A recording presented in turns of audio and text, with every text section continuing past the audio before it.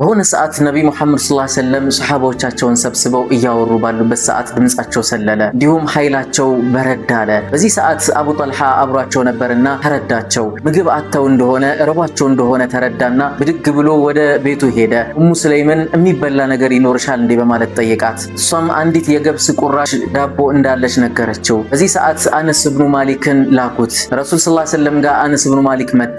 መጥቶ ግን ሰሃባዎች ተሰብስበው ባሉበት ሰዓት መናገር አልቻለምና ከጎናቸው ቆም አለ። ረሱል ሰለላሁ ዐለይሂ ወሰለም ተመለከቱትና ተረዱት። የመጣኸው አቡ ጠልሃ ልኮህ ነው በማለት ጠየቁት። አዎ አላቸው። እዛም ስለ ምግብ ጉዳይ ነው የላከህ አሉት። አዎ ያ ረሱላህ በማለትም መለሰላቸው። እዛም ሰሃባዎች ሁሉ እንዲነሱ አደረጉና ሰሃባዎችን ሁሉ ሰብስበው ወደ አቡ ጠልሃ ቤት ሄዱ። አቡ ጠልሃ ቤቱ እንደሚታወቀው በጣም ትንሽ ናትና ያን ሁሉ ሰሃባ እዛ ውስጥ ማስገባት ስለማይችል ከነብይ መሐመድ ሰለላሁ ዐለይሂ ወሰለም ጋር የተወሰነ ሰው ብቻ ገብቶ ሌሎች በር ላይ ቆሙ። በዚህ ሰዓት ነብይ መሐመድ ሰለላሁ ዐለይሂ ወሰለም ኡሙ ሱለይምን ጠሩና ኡሙ ሱለይም ሆይ አንቺ ጋር የሚበላ ነገር ካለ አምጪ በማለት አዘዟት። በዚህ ሰዓት ታዲያ አቡ ጠልሃ በጣም ደነገጠ። ደንግጦም ወደ ኡሙ ሱለይም ወደ ሚስቱ ዞር አለና ያለሽ እኮ አንዲት ቁራሽ ዳቦ ናት፣ የመጡት ደግሞ በጣም ብዙ ሰዎች ናቸው፣ ምን ልታደርጊ ነው በማለትም ሲጠይቃት እሷ የመለሰችውም አላህና መልእክተኛው ያውቃሉ በማለት ያችን ቁራሽ ዳቦ ነበር ሸፈና አድርጋ የሰጠችው። በዚህ ሰዓት ታዲያ ያችን ዳቦ በጎድጓዳ ሳህን ላይ እንዲፈተፈት እንዲቆራረስ ነብይ መሐመድ ሰለላሁ ዐለይሂ ወሰለም አዘዙ።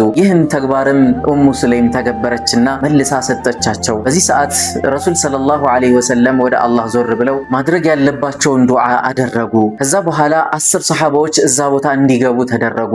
10 ሰሃባዎች ገቡ። እንዲበሉም ተነገራቸው። በሉ፣ ጠገቡ። ከዛም ወጡ። ሌሎች 10 ሰሃባዎችም እንዲመጡ ተደረጉ። እንደዚህ እያለ ከ70-80 የሆኑ ሰሃባዎች እየመጡ እንዲበሉ ተደረጉ። ያቺ ቁራሽ የሆነችው ዳቦን እንዲበሉ ማለት ነው። ሁሉም ጠገቡ። በመጨረሻም ነብዩ መሐመድ ሰለላሁ ዐለይሂ ወሰለም ተመገቡ። ያቺ ቁራሽ የሆነችው ዳቦ ከ70-80 የሆኑ ሰሃባዎችን መግባ አጥግባ ከዛም ነብዩ መሐመድ ሰለላሁ ዐለይሂ ወሰለምንም መግባለች። እዚህ ወሳኝ የሆነ ሐዲስ የምንረዳው የመጀመሪያው ነብዩ መሐመድ ሰለላሁ ዐለይሂ ወሰለምን ሰሃባዎች ምን ያክል እንደሚወዷቸውና እንደሚረዷቸው ነው። ሁለተኛው ደግሞ ነብዩ መሐመድ ሰለላሁ ዐለይሂ ወሰለም አላህ ሱብሓነሁ ወተዓላ ዘንድ ያላቸው ተወኩልና እንዲሁም አላህ እንደማያሳፍራቸው እርግጠኛ መሆናቸው ነው። ይሄ ሁሉ ሰሃባ እንዲመገብ ያደረጉት በአንዲት ቁራሽ ዳቦ ነው። ሶስተኛ ደግሞ የምንረዳው ማንም ሰው ሰደቃ ለመስጠት ምንም ያክል ከፍተኛ ነገር አይጠበቅበትም። ትንሽም ብትሆን አላህ ዘንድ ትልቅ ናት ያቺ ነገር። አላህ ደግሞ በረካ ያደርግለታል። በሌላ ሐዲሳቸው ነብዩ መሐመድ ሰለላሁ ዐለይሂ ወሰለም ሲናገሩ የሁለት ሰዎች ምግብ ለ3 ሰው በቂ ነው፣ የ3 ሰው ምግብ ደግሞ ለ4 ሰው በቂ ነው በማለትም ትምህርት ሰጥተዋል። አላህ ሱብሓነሁ ወተዓላ